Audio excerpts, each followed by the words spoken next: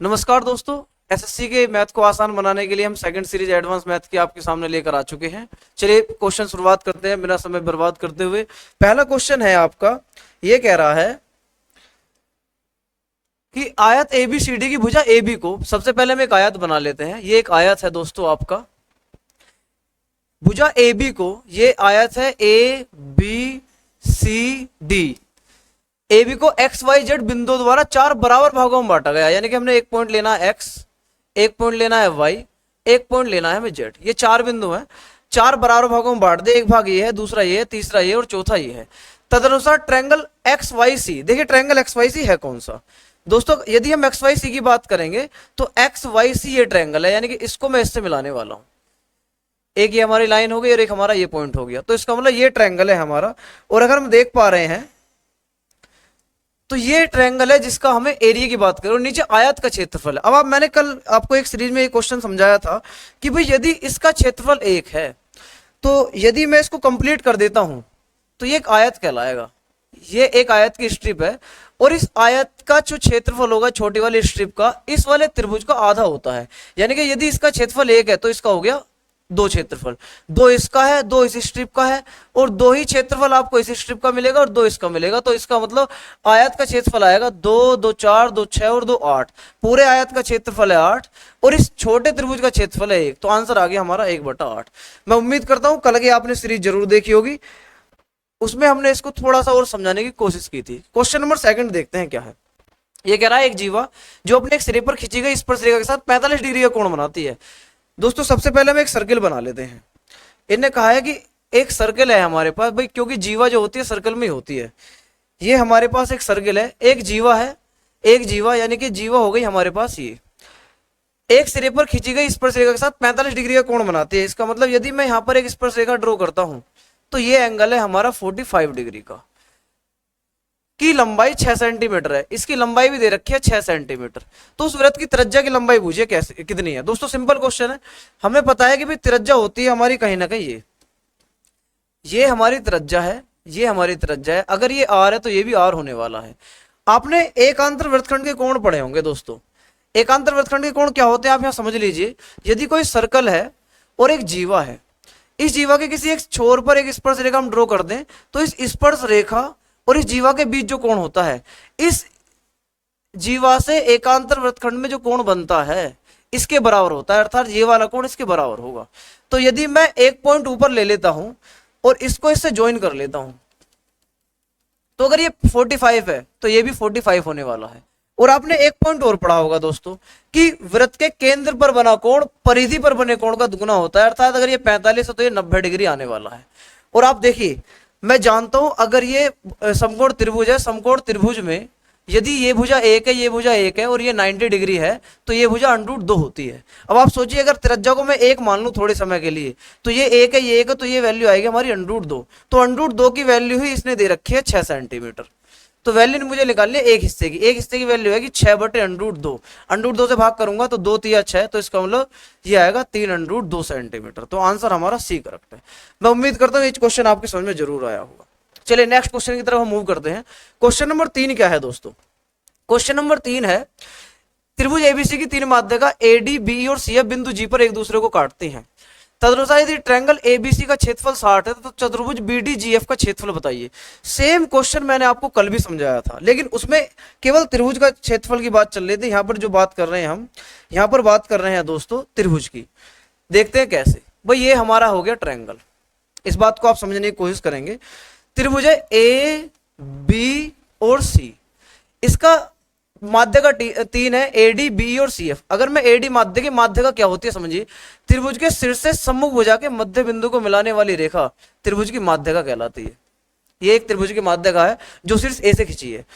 त्रिभुज के शीर्ष से सम्मुख भुजा के मध्य बिंदु को मिलाने वाली रेखा त्रिभुज की माध्यिका कहलाती है। एक माध्यिका BE दे रखी है तो मैंने इसको BE बना लिया है दोस्तों। एक माध्यिका CF है तो इस प्रकार CF माध्यिका है हमारी, इसको भी मैं इस तरीके से ज्वाइन कर लूंगा तो ये एक माध्यिका ये आ गई, ये भी इसका मध्य बिंदु है। अब इसने कहा क्या कहा कि ये G पर एक दूसरे को काटती हैं, तो इसका मतलब ये है कि ये जो बिंदु है आपका, ये पॉइंट है दोस्तों आपका G। अब भुजा किसका क्षेत्रफल है तो चतुर्भुज BDGF, चतुर्भुज बना लेते हैं हम। क्या है बी डी जी एफ, इसका मतलब ये वाले चतुर्भुज की हम बात कर रहे हैं दोस्तों, एक भुजा, दो भुजा, तीन भुजा और एक चार भुजा। हमें इसका कहीं ना कहीं क्षेत्रफल निकालना है। अब मुझे एक ये बताइए, यदि मुझे इसका क्षेत्रफल निकालना है मेरे दोस्तों, इस पोर्शन का मुझे क्षेत्रफल निकालना है, तो मुझे पता है कि मैं इसको दो त्रिभुजों में डिवाइड कर सकता हूं। और मैं जानता हूं, कल मैंने आपको एक पॉइंट पढ़ाया था कि केंद्रक से त्रिभुज की भुजा शीर्षों को मिलाने वाली रेखाएं त्रिभुज को तीन बराबर क्षेत्रफल वाले त्रिभुजों में बांटती हैं। यानी कि क्षेत्रफल कितना है यहाँ पर 60 पूरे त्रिभुज का। और तीसरा हिस्सा मुझे निकाला, तो इसका मतलब 20 सेंटीमीटर स्क्वायर आ गया इस पोर्शन का एरिया। यदि मैं इसकी बात करूंगा, इस त्रिभुज का भी एरिया 20 सेंटीमीटर है दोस्तों। इसकी बात करूंगा, इसका भी एरिया 20 सेंटीमीटर है। और इसकी बात करूंगा तो इसका एरिया भी 20 सेंटीमीटर है। अब यदि इसका 20 है तो ये हाफ का कितना हो गया 10। इसी प्रकार इसका भी हाफ कितना हो गया 10। तो टोटल क्षेत्रफल आ गया 10 और 10 20 सेंटीमीटर स्क्वायर। तो इसका मतलब इस क्वेश्चन का आंसर आने वाला है 20 सेंटीमीटर स्क्वायर। चलिए नेक्स्ट क्वेश्चन की तरफ मूव करते हैं हम। क्वेश्चन नंबर देखते हैं हम चौथा। क्वेश्चन नंबर 4 है मेरे दोस्तों। ये क्वेश्चन क्या है कि पी साइन थीटा बराबर √3 है और पी कोस थीटा बराबर 1 है। देखिए इसके दो क्वेश्चन तरीके हैं। एक तो मैं जानता हूं यार कि साइन थीटा में √3 के नीचे 2 आता है, तो मैं कहीं ना कहीं मेरे दिमाग मुझसे कहेगा पी की वैल्यू मैं 2 ले लूं। अब पी की वैल्यू अगर मैं यहाँ 2 लेकर चलता हूं तो साइन थीटा का मान आएगा √3/2, यानी कि थीटा का मान है 60 डिग्री। अगर मैं यहाँ वैल्यू पुट करूंगा तो यहाँ पर देखना थीटा का मान 60 आ रहा नहीं आ रहा, वही कोस थीटा का मान है 1/p और पी की जगह मैंने 2 ले रखा है तो ये भी 60 है। तो उसका मतलब कंडीशन सेटिस्फाई होती है। तो पी का मान क्या है, पी का मान 2 है। तो ऑप्शन नंबर डी करेक्ट है। ये इसका पहला तरीका है, ये विजुलाइजेशन का तरीका है। दूसरा तरीका देखिए, यदि हम विजुलाइज नहीं कर पा रहे तो हम क्या करेंगे। मैं क्या करूंगा, मुझे पहली वैल्यू दे रखी है पी साइन थीटा बराबर √3, दूसरी वैल्यू दे रखी है पी कोस थीटा बराबर 1। मैं यदि इन दोनों साइड का वर्क करके जोड़ दूं, इसका स्क्वायर कर रहा हूं तो ये मुझे मिलेगा P square sine square theta, plus इसका वर्क करूंगा तो पी स्क्वायर कोस स्क्वायर थीटा बराबर √3 का वर्ग 3 और 1 का वर्ग 1। अगर मैं पी स्क्वायर कॉमन लेता हूं तो ये आ गया 1 बराबर 4। तो पी स्क्वायर का मान है दोस्तों 4। पी की वैल्यू आपकी 2 देखने को मिलेगी जो हमने पहले लगा दी थी। यानी कि विजुलाइजेशन का जो तरीका है वो क्वेश्चन को बिना सोल्व करे आंसर निकालने का तरीका है। तो हम कोशिश करते हैं कि क्वेश्चन को विजुलाइजेशन तरीके से भी करा जाए। तो ये क्या है, एबीसीडी एक ऐसा ट्रेपेजियम है, यानी कि समलम चतुर्भुज। क्या होता है समलम चतुर्भुज, वह चतुर्भुज जिसका एक जोड़ा समांतर हो समलम चतुर्भुज कहलाता है। इसने कहा है कि जिसमें ए बी बराबर है सी डी के। अब दोस्तों ए दो भुजा बराबर है और एडी समांतर है बीसी के। तो यहां पर दोनों भुजा समांतर कौन कौन सी, ये दोनों भुजा समांतर है। तो इसका मतलब मैं ए डी बी और सी ऐसे लिख सकता हूं, क्योंकि एडी समांतर है बीसी के, जिसमें ए बी बराबर है सी डी के, यानी कि ये भुजा इसके बराबर है। आगे कहा है एडी 5 सेंटीमीटर, ये 5 सेंटीमीटर है, बीसी 9 सेंटीमीटर है, ये दोस्तों ये 9 सेंटीमीटर है। तदनुसार यदि एबीसीडी का क्षेत्रफल 35 है, अब ये इसका एरिया जो दे रखा है, ये वाला पोर्शन दोस्तों ये 35 दे रखा है। अब आप एक बात समझेंगे, तो सीडी की लेंथ पूछ रहा है, इसकी लेंथ पूछ रहा है, लेंथ कितनी है। सबसे पहले आप देखिए क्षेत्रफल होता क्या है। समलम चतुर्भुज का क्षेत्रफल होता है 1/2 गुणा समांतर भुजाओं का योग। यानी कि ये जो समांतर भुजा है, एक भुजा कितनी थी 5, एक भुजा कितनी है 9, तो 9 और 5 14 गुणा इनके बीच की दूरी यानी कि हाइट, ये दे रखा है दोस्तों 35 सेंटीमीटर स्क्वायर। यदि मैं इसको सोल्व करता हूं तो आप देख रहे हैं 2 से 7 बार, 7 से 5 बार, यानी कि ऊंचाई आ गई इसकी 5 सेंटीमीटर। ऊंचाई क्या है अब यहां देखते हैं दोस्तों। ऊंचाई ये इसकी ये वाला पोर्शन जो 90 पर यहां पर जाकर लंब डलता है, ऊंचाई कहलाती है, ये है 5 सेंटीमीटर। अब ये बताइए पूरा 5 था, यदि मैं सीधे नीचे यहां से भी एक लंब गिर दूं तो ये भी वैल्यू मुझे 5 मिलने वाली है। अब ये पूरी 9 थी, 5 हमने यहां निकाल दी तो 4 बची, इसका मतलब 2 इधर होगी और 2 ही इधर होगी। अब यहां पर मैं पाइथागोरस फिर में लगा सकता हूं दोस्तों। अगर ये 5 है ये 2 है तो ये पाइथागोरस से निकल कर आएगी। मैं अगर इसे x मान लूं, x का वर्ग बराबर 5 का वर्ग प्लस 2 का वर्ग, यानी कि 25 और 4 29, यानी कि √29 इसका आंसर है। तो ऑप्शन नंबर हमारा ए करेक्ट है। मैं उम्मीद करता हूं ये चीज आपके समझ में जरूर आई होगी। चलिए नेक्स्ट क्वेश्चन की तरफ मूव करते हैं दोस्तों। क्वेश्चन नंबर 6 देखते हैं। देखिए जब आप ऐसे क्वेश्चन को पेपर में देखें तो सबसे पहले क्या करें, x sine cube theta plus y cos cube theta बराबर sine theta into cos theta है, जो कि 0 नहीं है, और x sine theta minus y cos theta को दे रखा है इसने 0। तो सबसे पहले यहां से एक आप अनुपात की वैल्यू निकालिए। x साइन थीटा बराबर कितना मिलेगा, y कोस थीटा। यदि मैं रेशियो बनाऊंगा तो x बटे कोस थीटा बराबर आएगा y बटे साइन थीटा।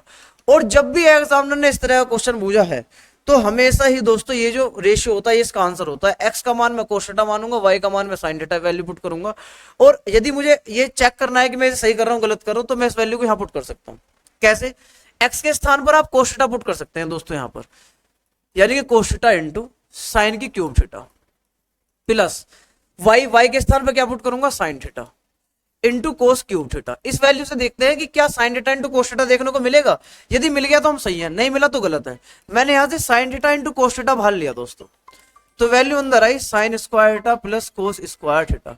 ये वैल्यू कितनी है हमारी 1, तो क्या बचा sine theta into cos theta. इसका मतलब हम बिल्कुल ठीक है। वैल्यू किसकी पूछी थी हमसे, X square plus Y square की। इसका मतलब एक्स का मान है दोस्तों कोस थीटा यानी कि cos square theta, plus Y का मान है साइन थीटा यानी कि साइन स्क्वायर थीटा। तो आंसर आ गया हमारा 1, तो उसका मतलब ऑप्शन हमारा ए करेक्ट है। मैं उम्मीद करता हूँ ये चीज आपके समझ में आ गई होगी। चलिए नेक्स्ट क्वेश्चन की तरफ मूव करते हैं। क्वेश्चन नंबर 7 है, अलजेब्रा का क्वेश्चन है, बहुत ज्यादा आसान है। आप यदि कह देख पा रहे हैं कि under root 4x minus 9 plus under root 4x plus 9 का मान 5 प्लस अंडरूट 7 है, तो x का मान। दोस्तों इस क्वेश्चन को सोल्व आसानी से किया जा सकता है, लेकिन हम इसे सोल्व नहीं करेंगे, हम इसको ऑप्शन से लेंगे। यदि मैं वैल्यू 4 ही पुट कर दूं यहां पर, तो देखते हैं क्या मिलता है। 4 चौक 16, 16 में से 9 गए 7, अंडरूट 7 दोस्तों मिल गया। अगर इससे 5 मिल गया तो हमारा आंसर यही है। 4 चौक 16 और 9 25, 25 का मतलब होता है अंडरूट 5, तो इसका मतलब हम आंसर हमारा यही करेक्ट है। मैं उम्मीद करता हूं एक पॉइंट क्लियर हो गया होगा। तो ऐसे क्वेश्चन को कभी भी आप सोल्व ना कीजिए, यदि आप सोल्व करेंगे तो कहीं ना कहीं आपको समय बहुत ज्यादा लगेगा। चलिए एक त्रिकोणमिति का क्वेश्चन है, बहुत आसान। यूएन की वैल्यू दे रखी है दोस्तों cos n alpha plus sine n alpha. इसका मतलब क्या है, इसका मतलब अगर मैं u1 की वैल्यू निकालूंगा तो वो आएगी कोस की पावर 1 अल्फा साइन की पावर 1 अल्फा। यदि मैं u2 की वैल्यू निकालूंगा ये आएगी कोस की पावर 2 अल्फा प्लस साइन की पावर 2 अल्फा। यदि u3 की वैल्यू निकालूंगा तो ये आएगा कोस की पावर 3 अल्फा प्लस साइन की पावर 3 अल्फा। अब सोचिए n है, हम कहां तक रखेंगे। इसका मतलब हमें ऐसा कुछ करना ही नहीं है जो हम यहाँ पर पढ़ा रहे हैं। हम क्या करेंगे, सबसे पहले दोस्तों मैं कोस करूंगा अल्फा खत्म कर दो, तो मैं अल्फा के स्थान पर 0 पुट करूंगा। अब यूएन का मान निकालूंगा तो ये आ गया कोस 0 इसकी पावर एन प्लस साइन 0 इसकी पावर एन। कोस 0 का मान होता है 1, 1 की पावर एन। कोस साइन 0 का मान होता है 0, 0 की पावर एन। 1 की पावर एन का मतलब है 1, तो यू एन का मान आ गया 1। मतलब जब यूएन का मान 1 है तो इसका मतलब है u1 का मान भी 1 आएगा, u2 का मान भी 1 आएगा, u3 का मान भी 1 आएगा। यानी कि पावर चाहे कुछ भी सही, हमेशा वैल्यू 1 आएगी। तो इसका मतलब यदि मैं वैल्यू यहाँ पुट करता हूँ u6 का मान भी 1 आएगा, u4 का मान भी 1 आएगा। तो आंसर आ गया 2 माइनस 3 प्लस 1, 2 और 1 3, 3 में से 3 गया 0। तो इसका मतलब ऑप्शन हमारा डी करेक्ट है। तो मैं उम्मीद करता हूँ ये चीज आपके दोस्तों क्लियर हो गई होगी। चलिए नेक्स्ट क्वेश्चन की तरफ मूव करते हैं बिना देरी किए हुए। क्वेश्चन नंबर है दोस्तों क्वेश्चन नंबर 9। क्या है क्वेश्चन देख लेते हैं। ये कह रहा ओ केंद्र वाले वृत्त की दो जीवाएं, व्यास नहीं है, ए बी तथा एसी के मध्य बिंदु क्रम से पी और क्यू है। सबसे पहले हमें दोस्तों एक सर्किल बनाना है। मैंने एक सर्कल बनाया, ये सर्कल है। इस सर्कल में ने क्या कहा है कि ओ केंद्र वाले वृत्त की दो जीवाएं, यहां केंद्र है ओ, ये ओ हो गया दोस्तों, ये ओ केंद्र है। अब इनने पूछा है कि दो जीवा ए बी और ए सी। मैंने एक बिंदु कॉमन लिया ए, एक जीवा मैंने यहां ड्रॉ करी ए बी, एक जीवा मैंने यहां ड्रॉ करी ए सी, यानी कि एक जीवा है ए बी और एक जीवा है ए सी। अब आगे देखते हैं और क्या कहा है हमसे। उसमें ओपी तथा ओ क्यू रेखाओं को क्रम से आर तथा एस बिंदुओं तक बढ़ाया गया है। इसने कहा है यहां पर दोस्तों कि ए बी तथा ए सी के मध्य बिंदु क्रम से पी और क्यू है। ए बी का मध्य बिंदु है पी, ए बी का मध्य बिंदु है पी और ए सी का मध्य बिंदु है क्यू। अब यहां पर इन पी और क्यू को ओपी, ओपी का मतलब है ये, इसको बढ़ाकर इसे यहां तक ले गया दोस्तों और इसको बढ़ाकर यहां तक ले गया। अब इसमें क्या दिया है कि ये बिंदु आर है और ये बिंदु हमारा एस है, ताकि वे वहां पर वृत्त को छू सके। उनमें बड़े चाप में आर और एस के बीच एक बिंदु टी है। देखिए यहां दो चाप हैं, एक चाप है आर और एस के बीच में ये वाला और एक चाप है आर और एस के बीच में ये वाला। तो ने कहा बड़े चाप में, बड़े चाप का मतलब है इस चाप में एक बिंदु टी है, हमने यहां एक बिंदु ले लिया टी।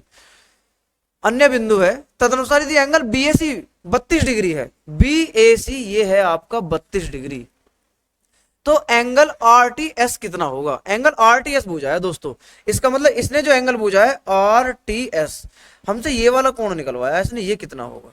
चलिए दोस्तों अब आप एक बात बताइए, यदि मुझे ये एंगल निकालना है तो सबसे पहले मेरे दिमाग में एक बात ये आनी चाहिए कि भाई इस एंगल को निकालने के लिए अगर ये एंगल पता लग जाए तो इसका आधा है ये एंगल। अब ये एंगल हम कैसे निकाल सकते हैं, ये देखिए मुझे पता है कि यहां से ये एक जीवा थी और ये हमने इस पर लंब डाला है क्योंकि मिड पॉइंट है, तो ये जाहिर सी बात है 90 डिग्री है। अगर ये 90 डिग्री है और ये 90 डिग्री है तो इन दोनों का योग 180 हो गया। तो इन दोनों का योग भी 180 होगा, क्योंकि ये एक चतुर्भुज है, 1 2 3 4, चार भुजाओं वाली आकृति एक चतुर्भुज कहलाती है, जिसमें इन दोनों का योग 180 है, तो इन दोनों का योग भी 180 आने वाला है। अब ये 32 डिग्री है, तो इसका मतलब 32 में क्या जोड़े जो 180 हो जाए, तो मैं 148 डिग्री जोड़ दूंगा दोस्तों। अब जब ये 148 डिग्री है तो इसका ये आधा होता है, तो इसका मतलब ये 74 डिग्री है, तो आंसर है इसका बी करंट। तो मैं उम्मीद करता हूं ये क्वेश्चन आपके समझ में आया होगा। अच्छा क्वेश्चन है दोस्तों, आप इन क्वेश्चंस को वीडियो पॉज करके खुद सोल्व करें, उसके बाद आप यहां देखेंगे ये क्वेश्चन कैसे आप सोल्व कर पा रहे हैं। एक वृत्त की त्रिज्या 13 सेंटीमीटर है, चलिए एक वृत्त ले लेते हैं हम दोस्तों। एक वृत्त की त्रिज्या 13 सेंटीमीटर है। आगे इसने कहा है एक्स वाई एक ऐसी जीवा है जिसका केंद्र से दूरी 12 है। ये दोस्तों 13 सेंटीमीटर है, जीवा है हमारी एक एक्स वाई, जिसकी लंबाई कितनी है, जिसकी लंबाई है 12 सेंटीमीटर, और त्रिज्या दे रखी है इसकी 13 सेंटीमीटर। तदनुसार उस जीवा की लंबाई कितनी होगी दोस्तों, केंद्र से दूरी 12 है। कैसे भाई, इसको दोबारा बनाना है। क्वेश्चन नंबर दोस्तों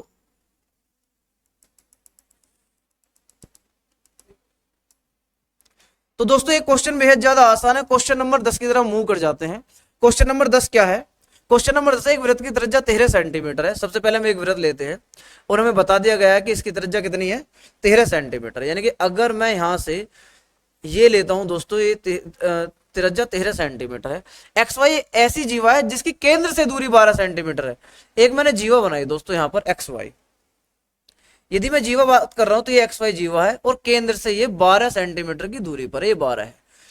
तदनुसार जीवा की लंबाई, यानी कि मुझे ये लेंथ निकालनी है, तो सबसे पहले मैं निकालूंगा, तो मैं जानता हूं पाइथागोरस ट्रिपलेट से 5 12 13 होता है, तो यानी कि ये 5 आ गया। तो अगर ये 5 है तो ये भी 5 होगा, तो ये पूरी लेंथ होगी 10। तो आंसर हमारा सी करेक्ट है दोस्तों। ये जो मैंने आंसर लगाया है ये पाइथागोरस ट्रिपलेट का यूज करके लगाया है। तो पाइथागोरस ट्रिपलेट फिक्स होते हैं, आपने याद करके जाइए। फिक्स कैसे, जैसे 3 4 5, मेरे साथ रिपीट कीजिए। मैं 3 4 बोलूं तो आप 5 बोलिए। 3 4 5, 5 12 13, 7 24 25, 8 15 17, 9 40 41, 11 60 61, 12 35 37, 16 63 65, 20 21 29। बहुत सारे होते हैं लेकिन फिक्स जो है सभी फिक्स होते हैं, लेकिन आपको एग्जाम की दृष्टि से दोस्तों शुरुआत के 5 से 6 तो याद कर ही लेने, क्योंकि इनका यूज बहुत ज्यादा है। जो बाकी पाइथागोरस ट्रिपलेट है उनका यूज बहुत कम होता है। अब हमारे 10 क्वेश्चन की सीरीज दोस्तों आज सेकंड सीरीज पूरी हो चुकी है। मैं उम्मीद करता हूं आपके समझ में जरूर आई होगी। आप लोग इस सीरीज को पॉज कीजिए, बार बार सोल्व कीजिए, क्वेश्चन देखिए, और हम कोशिश करेंगे कि आपको लगभग 40 से 50 सीरीज आपको ऐसे ही एडवांस मैथ्स के क्वेश्चंस के लेकर आए, जिसमें लगभग 400 से 500 क्वेश्चन होंगे, और आप उन क्वेश्चंस के माध्यम से पेपर में क्वेश्चन आपको बहुत ज्यादा आसान लगेगा। एक आइडिया मिलेगा कि पेपर का क्वेश्चन करना कैसे है, क्या अप्रोच हमारी होनी चाहिए। धीरे धीरे ये चीज क्लियर हो जाएंगी। तो मैं उम्मीद करता हूं ये चीज आपके समझ में जरूर आई होगी। अब हम ये जो एडवांस की सीरीज चल रही है, इसके साथ साथ अर्थमेटिक की सीरीज और चलाने वाले हैं। आप इस चैनल का दोस्तों कोशिश कीजिए ज्यादा से ज्यादा लोगों तक पहुंचाया जाए और कंटेंट रेलिवेंट लोगों तक जरूर जाए। धन्यवाद दोस्तों।